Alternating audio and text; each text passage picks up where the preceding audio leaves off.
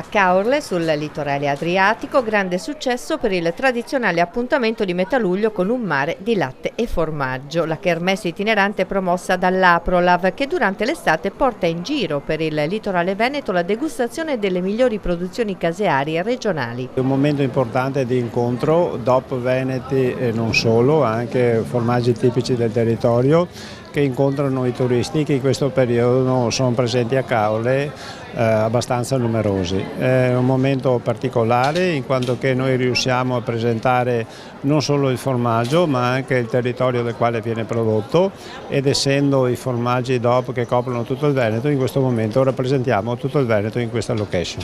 Per l'occasione enoteche, bar, pizzerie e ristoranti della zona hanno inserito nei loro menù delle proposte a base di formaggi DOP veneti. Anche quest'anno i formaggi del Veneto, il meglio dei formaggi del Veneto, sono venuti a trovarci qui a Caorle, e noi siamo sempre orgogliosi di poter ospitare la casetella DOP trevigiana, che è un must soprattutto nel periodo estivo, e poi il Piave Vecchio DOP, che è uno dei principi della enogastronomia veneta. La manifestazione rappresenta l'occasione anche per promuovere il Caseus Veneti, il grande appuntamento dedicato ai formaggi veneti che si tiene ogni anno a Piazzola sul Brenta, in provincia di Padova. Quest'anno le date da inserire in agenda sono sabato 28 e domenica 29 settembre. Non ci saranno solo i formaggi, l'anno scorso erano 426 di 37 categorie, 7 DOP, tantissime tipicità. Ci saranno shock cooking, ci sarà la pizza fatta con i formaggi, ci saranno i formaggi con le DOP, ci sarà la produzione dei formaggi in diretta, di tutte le DOP avremo la produzione in diretta,